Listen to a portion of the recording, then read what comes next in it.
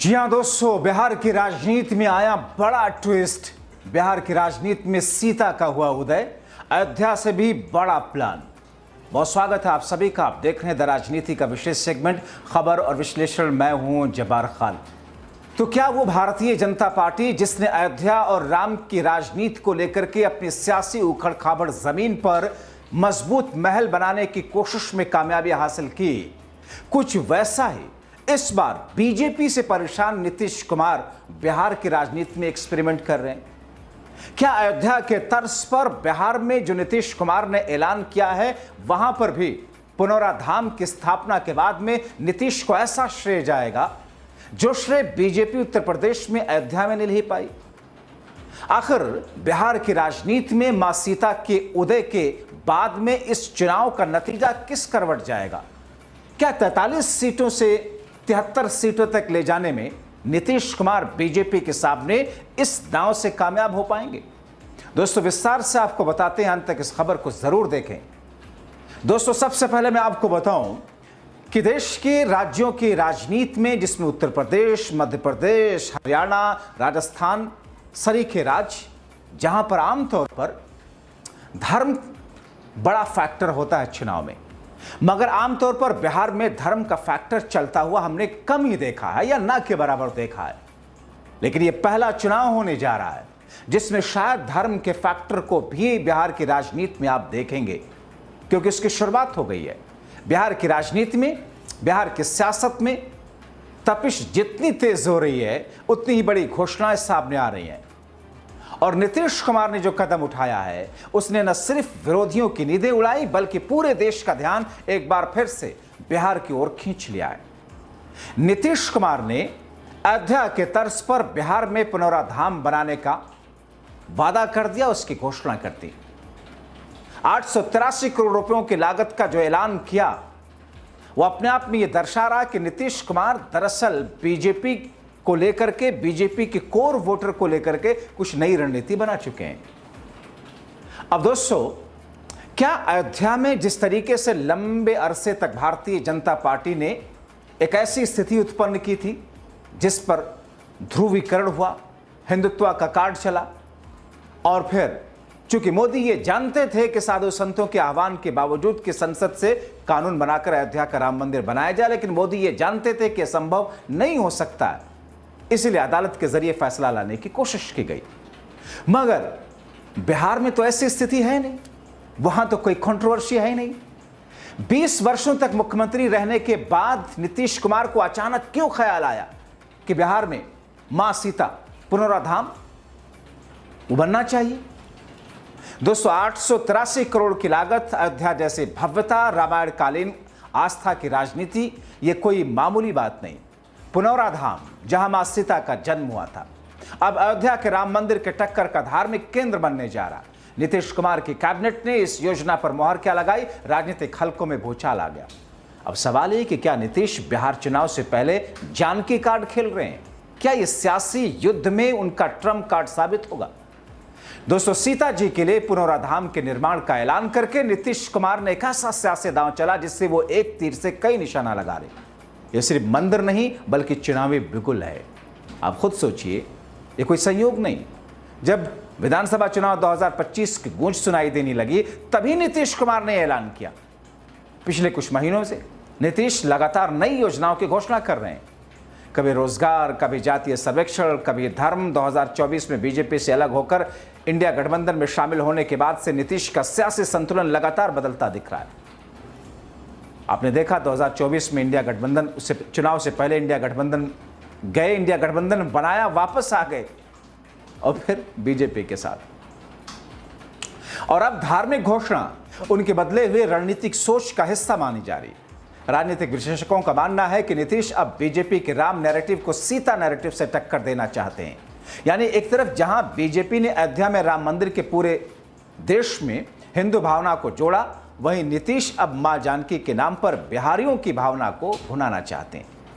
दोस्तों बिहार की राजनीति के नजदीक से समझने वाले, जानने वाले एक बड़ा दांव मान रहे हैं, जिसमें नीतीश ने बीजेपी वाले भी हिंदू वोटरों को रिझाने के साथ साथ सीट शेयरिंग, चुनाव में 43 से 73 तक पहुंचने के कवायद में जेडीयू के लिए बड़ा कदम मान रहे हैं। मुख्यमंत्री नीतीश कुमार ने खुद सोशल मीडिया पर घोषणा करते हुए लिखा कि वो अत्यंत प्रसन्न हैं। मां जानकी की जन्मस्थली का समग्र विकास होगा।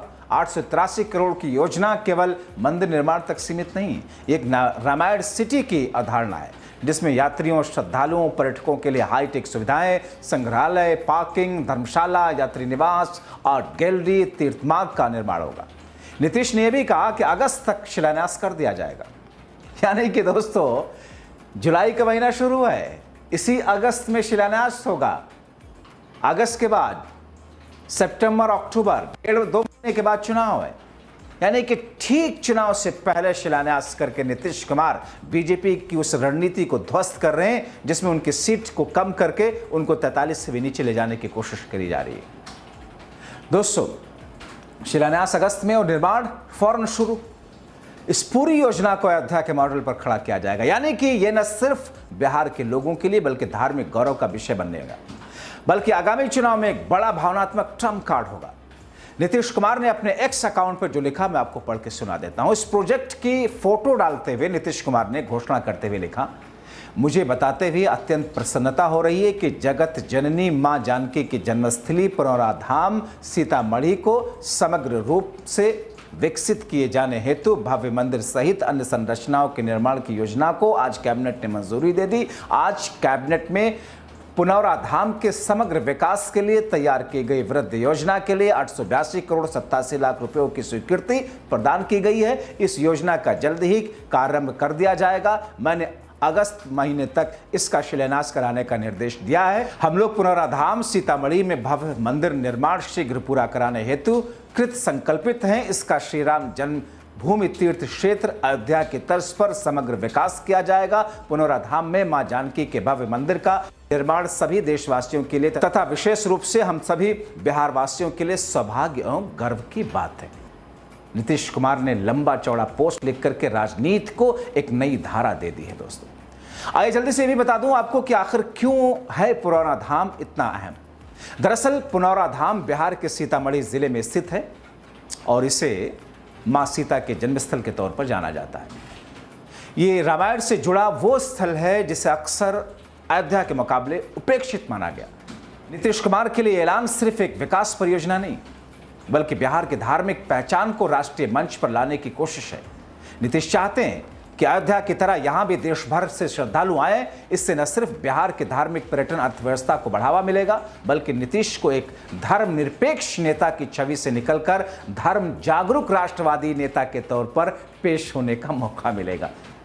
क्योंकि दोस्तों, ऐड आता था ना, आपने देखा होगा क्या चल रहा है, उसमें आवाज आती थी फॉक चल रहा है। तो इस वक्त तो सांप्रदायिकता, कम्युनलिज्म, धर्म के नेता, धार्मिक तौर पर सब कुछ चल रहा है। अब तो कुछ सड़े गले मानसिकता वाले अंधभक्तों को ऐसा भी लगता है कि धर्मनिरपेक्षता और सेकुलरिज्म दरअसल ये विनाशकारी है। और तो और वो हमारे उपराष्ट्रपति साहब बैठे हुए कुश्ती पर फायदा उठा रहे हैं। राज्यसभा के सभापति हो, कहते हैं ये एक नासूर की तरह गजब है।